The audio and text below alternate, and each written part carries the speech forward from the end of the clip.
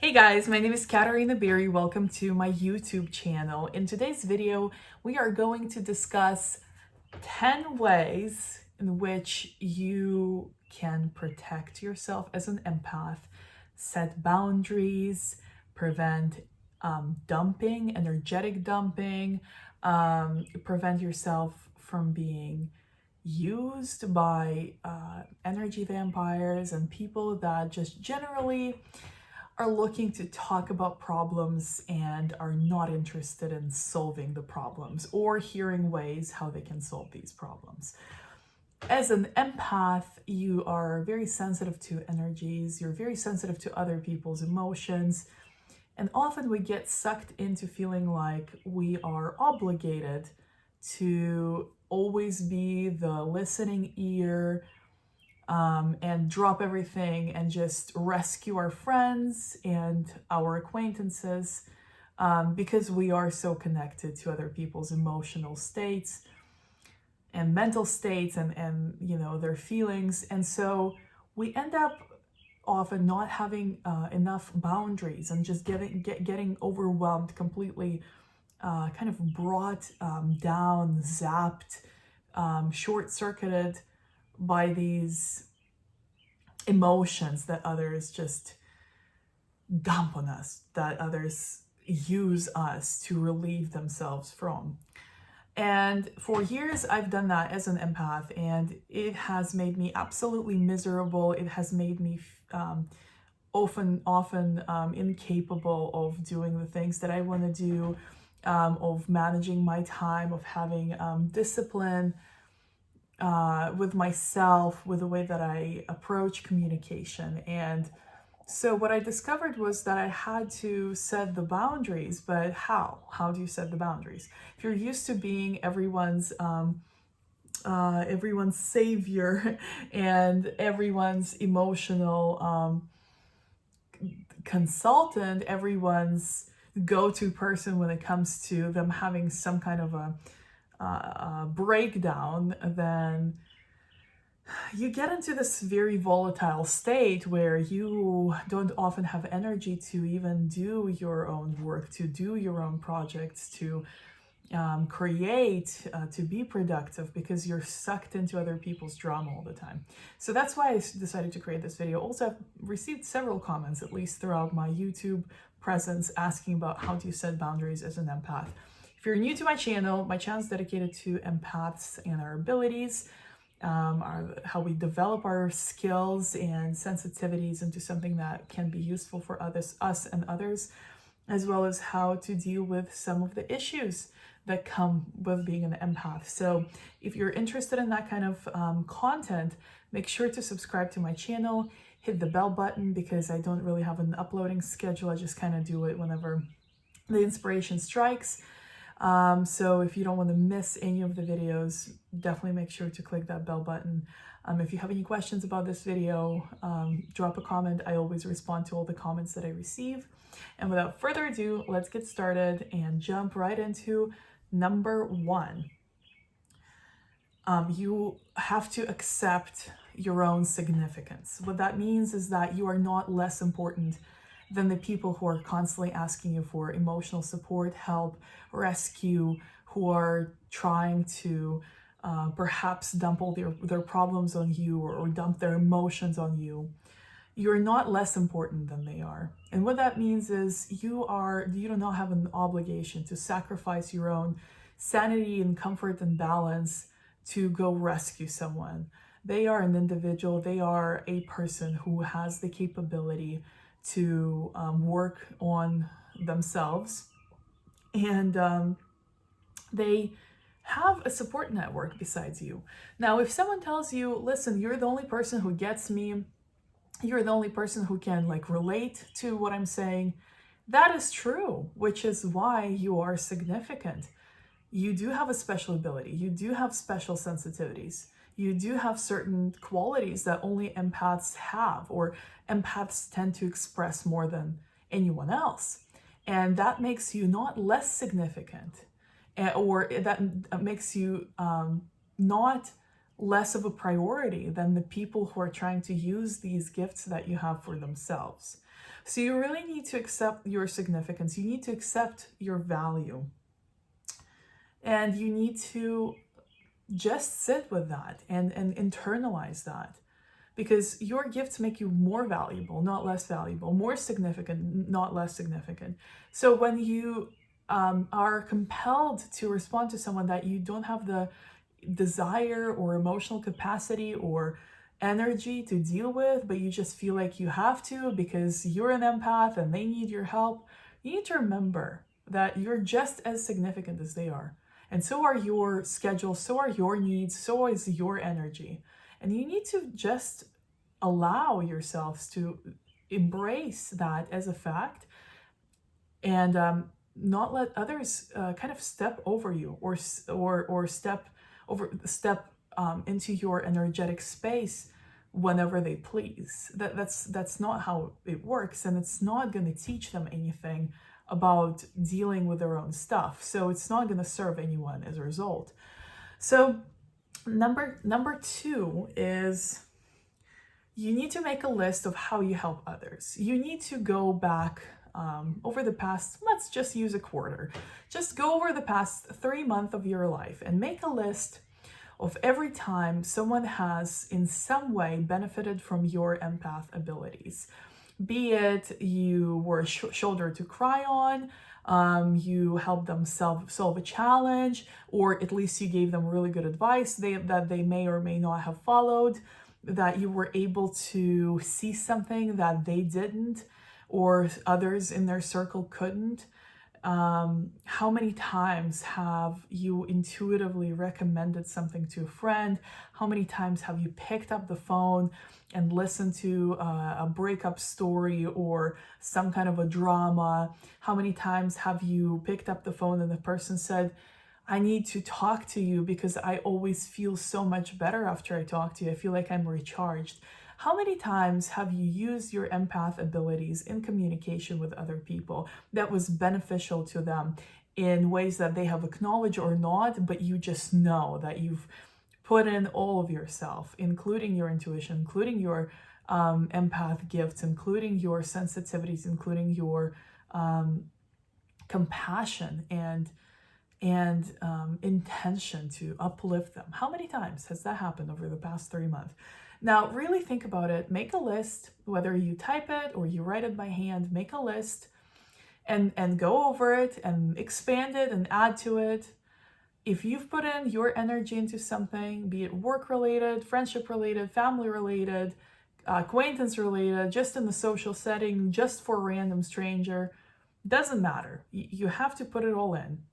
And then you have to sit there and look at it and really give yourself credit for all these things that are going to be on the list.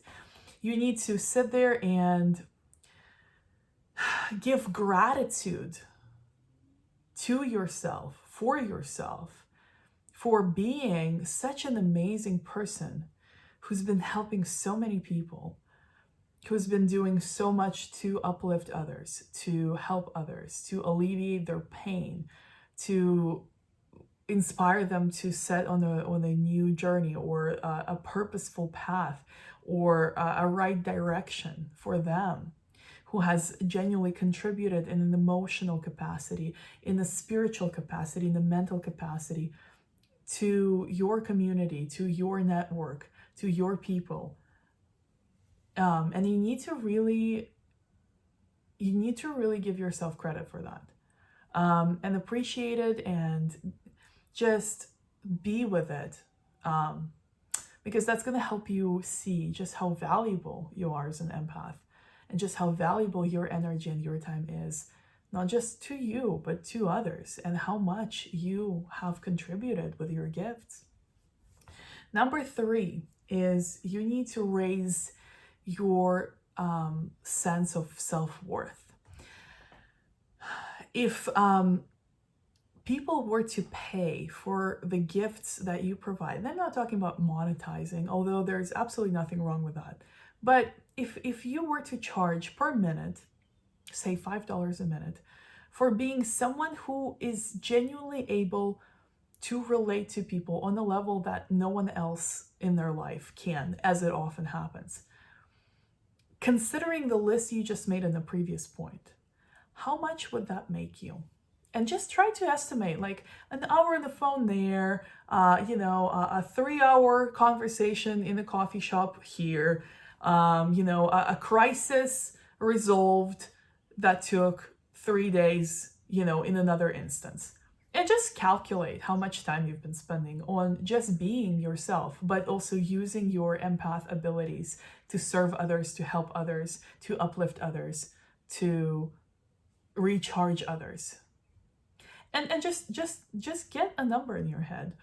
And now, I'm not saying that you should be charging for your time or for your empath gifts, but just see how valuable that is. Like, if you've spent that much time doing it, and if people have been asking you for it, it's valuable. They need it.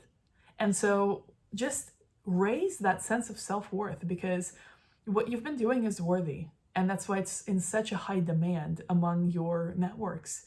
And people maybe not, maybe they are not appreciating you enough. Maybe they take you for granted. But really, whose fault is that?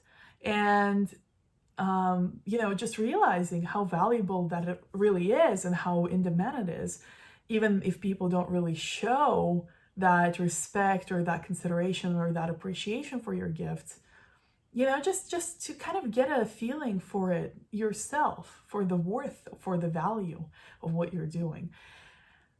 And then you really kind of have to start realizing that it's your responsibility to defend these boundaries and to set that sense of self-worth and to protect it, because you are worthy. And if people don't treat you as such, it means that you're not really feeling it yourself. You're not really defending that worth. You're not really protecting your time. So raising that sense of self-worth will help you determine where you are and how far is that gap between what you think like your value is and what it actually is for other people. So now we're going to go to number 4, which is pay attention to how many times people seek out your empath assistance, let's call it this way. How many times a day do you get calls from people? How many times a day do you get messages from people? How many times a day do you get emails from people asking you for their input, for their advice, for their for your take on their stories, for your intervention into their dramas, for your intuition regarding this or that or the other? How many times do you get that contact asking you to weigh in or to listen or to advise or to resolve? And just start counting that. That's not a point that can be done like in one sitting. That's something to start incorporating into your just daily routines. Just start paying attention, noticing every time where it's not a business conversation. It's not just a check-in on how you're doing from your friends, but it's like an active request for some kind of a empath-related assistance, whether it be emotional, intuitive, psychological, creativity-related. How much of that do you get? How many requests do you get for that? So start paying attention, and just start just paying attention. That get into the habit of tracking that, and maybe even writing down how many times that happens. And like every time it happens, just make a little note. Maybe on your phone, just make a list, like kind of some kind of like a note where you can kind of add to it as the days go on. So that was number 4. Now going on to number 5. You need to learn to say no. And that's a hard skill to acquire, but you need to start practicing it. And when you say no, you don't need to give people an explanation. It feels like you do. It feels like you need to justify yourself. It sometimes even feels like you need to lie. Like when someone's calling you and they're losing their mind and there's some major drama happening. And usually these kinds of people have a tendency to have a lot of drama. So it's not like usually a one-off. It's not like your calm, peaceful friend that all of a sudden, something happens. You're like, oh my gosh, what is happening? No, it's like someone who's been doing this for a while to you, right? And you get another call like almost, on the hour, because you kind of they have a pattern and you've been part of that pattern for them. In terms of they can always like use you to just, dump their stuff on you. So You get a call and you don't answer, right? So you're like, that counts as a no, right? Not really, because they're probably going to text you and be like, hey, what's up? Why aren't you answering me? Blah, blah, blah, blah, blah. Or leave a really long voice message. You need to learn to say no, and you don't have to have an excuse for that. And you certainly don't have to lie.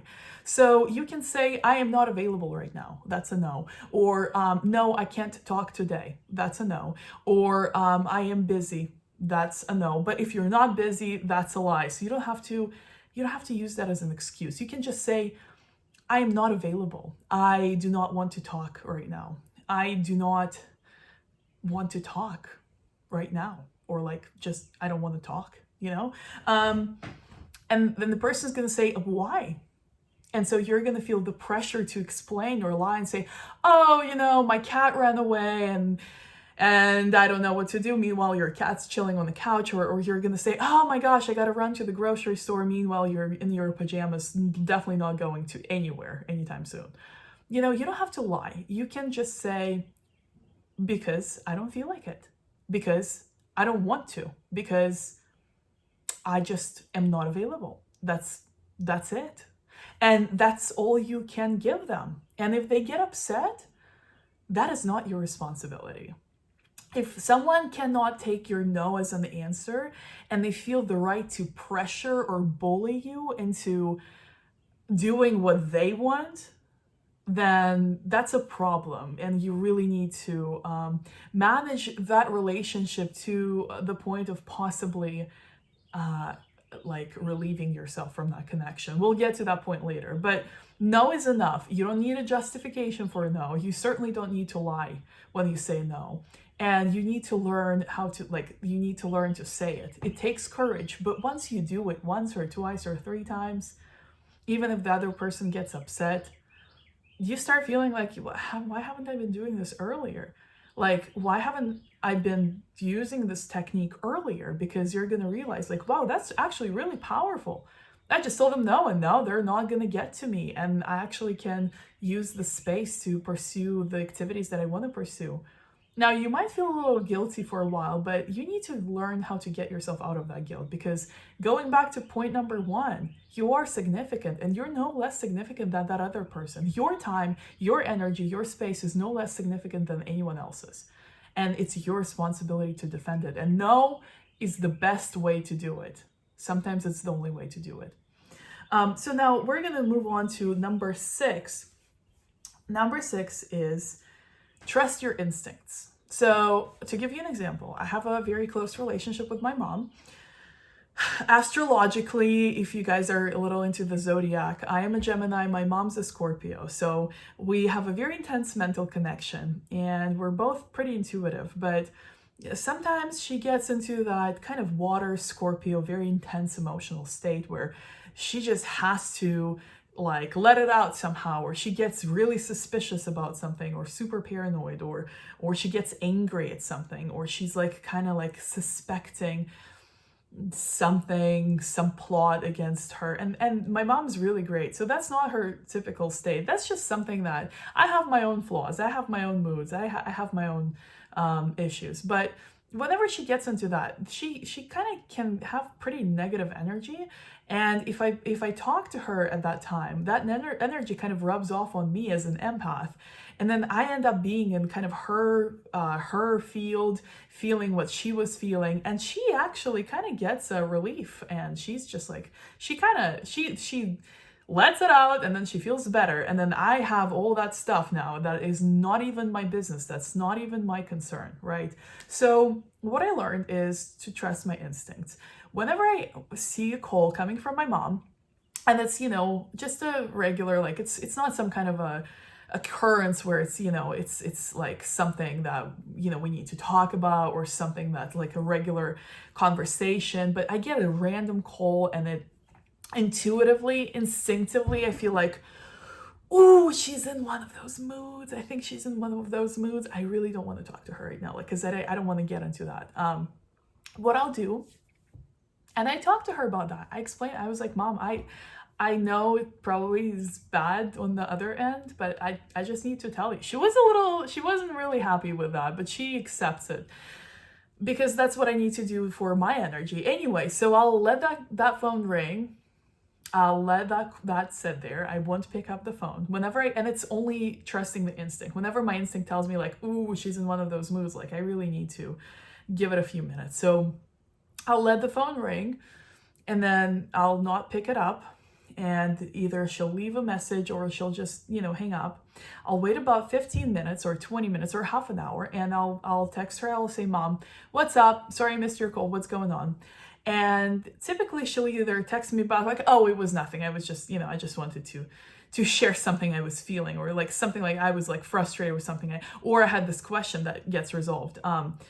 Or she'll say, hey, I really would like to talk to you about this and that. And based on what she will say in the text, I will make a decision of whether to schedule our call for a little later or to call her right back.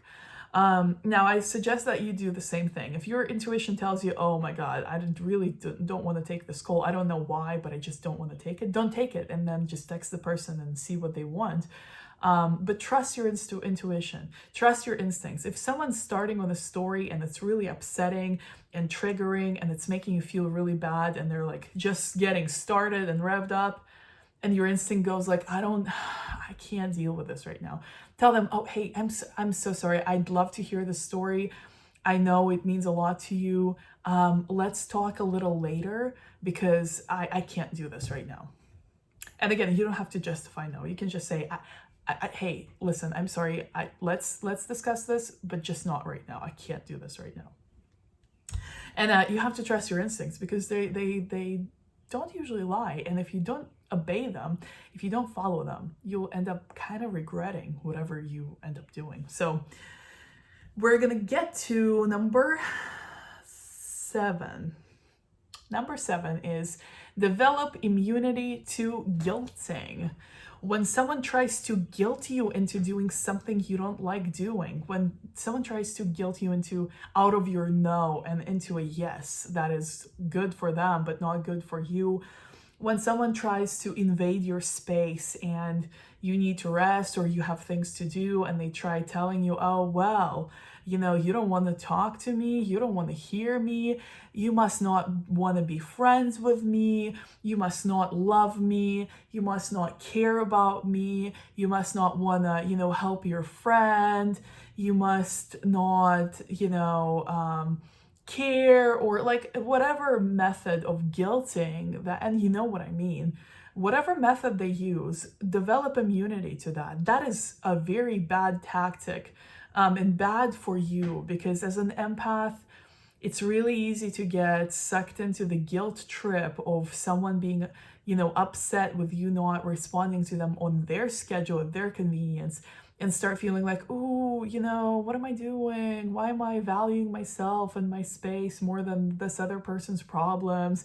I'm an empath. I should really listen to them. They probably don't have anyone who understands them, blah, blah, blah, blah, blah.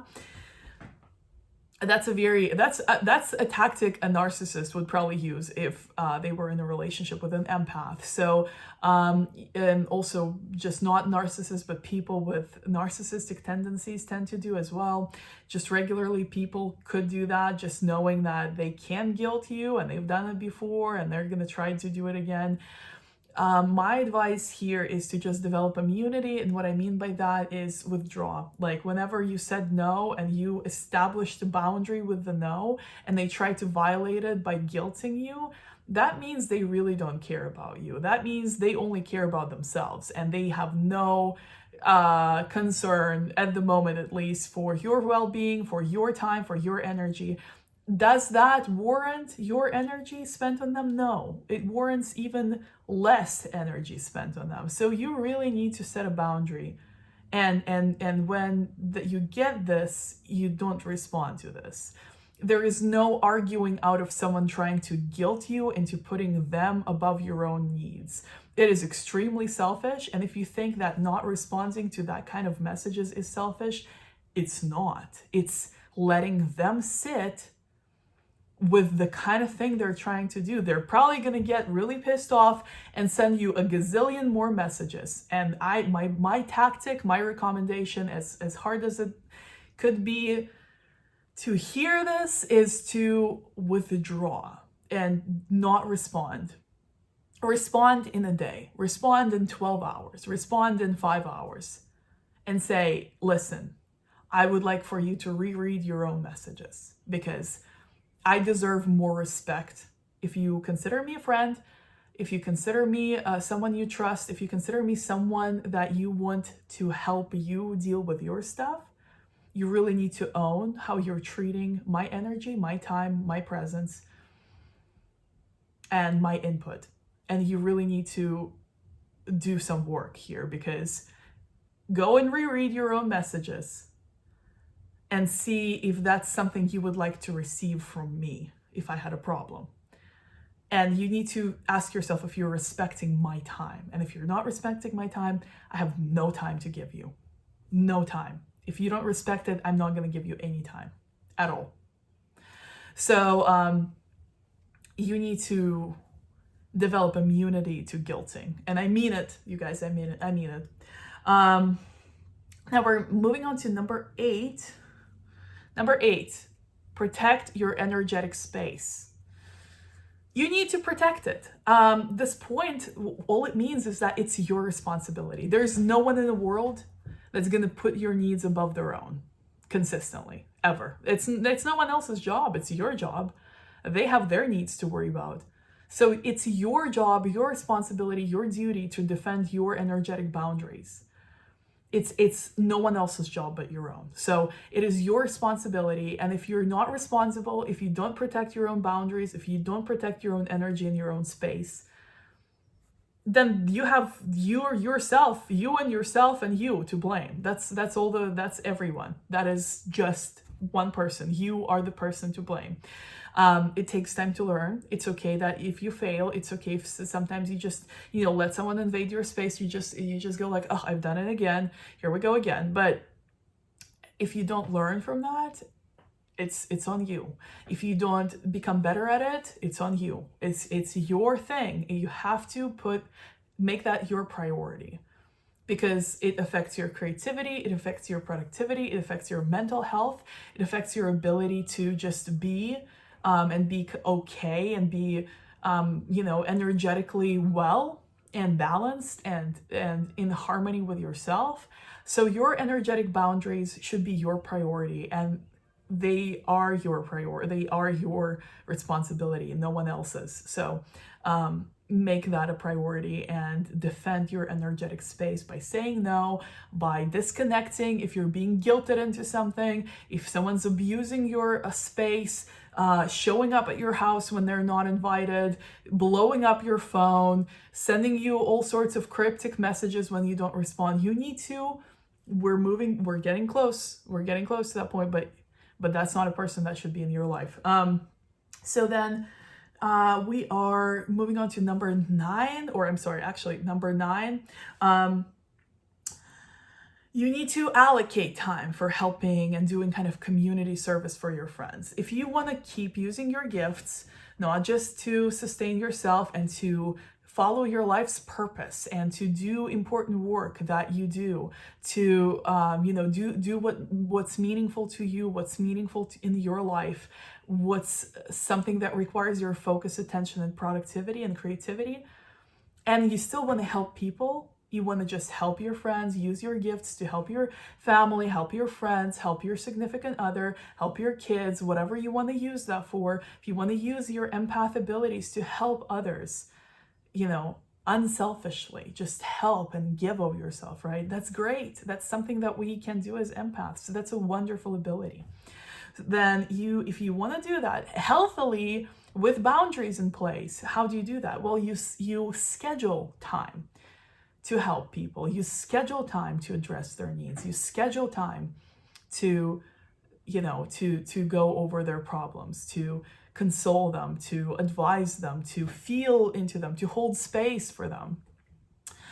If someone wants to talk to you and have a conversation about something that's going on in their life and you're not available, you select and you still want to help them, but just not right now, then you tell them, hey, listen, I'd love to have that conversation with you. How about tonight at 8 p.m.? Or how about tomorrow at noon, right? Not right now. Right now I can't. I don't need to explain myself, but I can't.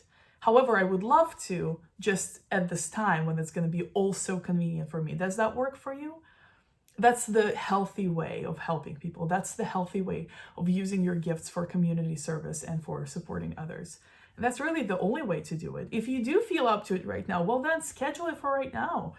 But if you don't, it's okay to schedule it for later. And in fact, it's more intentional. You're going to be more present for them. You're going to actually prepare for that energetically. You're going to know that you're going to be having that drama conversation about your friend's, second breakup with the same ex or whatever is going on. You're going to be there for them, and you're going to end, but also you're going to know how much time you're willing to spend on this. Is it going to be half an hour? Is it going to be an hour? Is it going to be max 2 hours? Is it going to be all day long? Well, if you schedule it for half an hour and they are going over 45 minutes and you have other things planned, then you tell them, hey, listen, I've allocated about half an hour for this. I love you very much, but we're going on 45 minutes here, and I have some other things that I need to be doing. So if this hasn't really helped you, if you need to talk more, let's schedule it for another time. Or you just say, hey, listen, I gotta run. I'm here for you. We've had this conversation now. I love you, but I gotta go. So be intentional with scheduling and the time and how you allocate that time, and allocate that time wisely. Don't let people abuse these boundaries. Don't let people take all of your day. You've got to enforce these boundaries. It's your responsibility. And then finally, we're moving on to the last point, which is number 10. And number 10 is cut ties with energy vampires. What is an energy vampire? It's someone who systematically abuses your boundaries, energetic boundaries. It's someone who is blowing up your phone. It's someone who is guilting you into putting their needs above your own. It's someone who is constantly trying to get into your energy space. It's someone who makes you feel bad about being happy or being productive and being positive. It's someone who is constantly negative, constantly needing your energy, constantly complaining. You say something positive, they bring you down. They're like, no, everything's horrible. How could you be positive? And they keep dumping their baggage on you. They keep dumping their emotions on you. They keep guilt tripping you into getting into their negative space where you also feel like crap consistently. These people possibly are narcissists, possibly are someone who is emotionally unavailable and yet takes you for an emotional roller coaster just to get the emotions out of you so they can feel something. You need to let these people go. There is no way of changing them. If you start practicing this, you tell them no, they guilt trip you, you don't respond, they blow up your phone, show up at your door, do some crazy stuff. Like, they obviously have no respect for your energy, your time, and yet they keep trying to use you. You need to let them go. You need to tell them, listen, clearly you have no respect for me, my time, my energy, so I'm going to spend it elsewhere. I'm going to spend it on me and the people who actually respect it. And clearly, with no respect from your end, you're not going to be in my experience anymore. So with kindness and with compassion and with well wishes on your way in your life's journey, I have to release you, and you have no access to me anymore. Zero. We're done. I'm letting you go. I'm wishing you well, but please don't talk to me again. Don't reach out. Don't bother me. Don't abuse my time. You will get a very negative reaction. You will get probably a super guilt-tripping, insane message that is supposed to make you feel so bad about yourself and how selfish you are.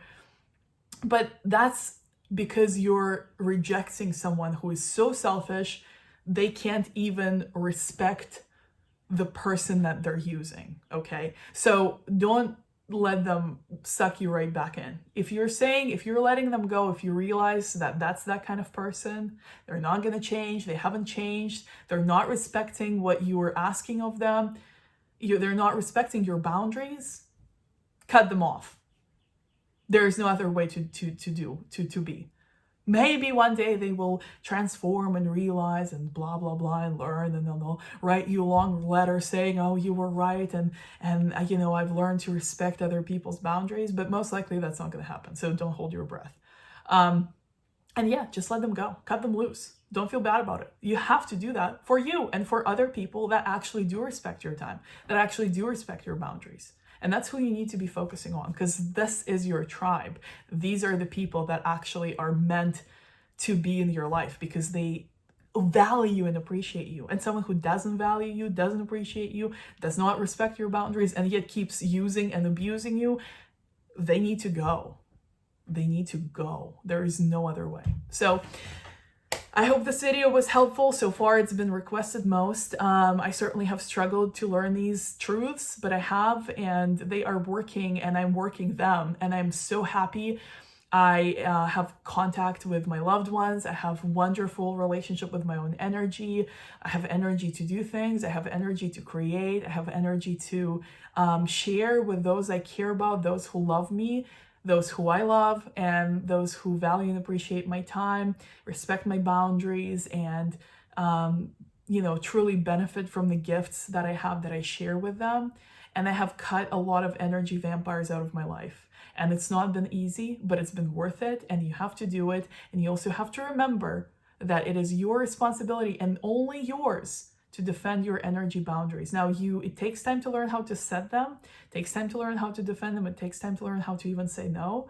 But once you do, it's a whole new world out there. So thank you very much for tuning in. I hope this video has been helpful. I look forward to seeing you in the next one. And until then, love you so very much. Hope you can feel my love. Bye.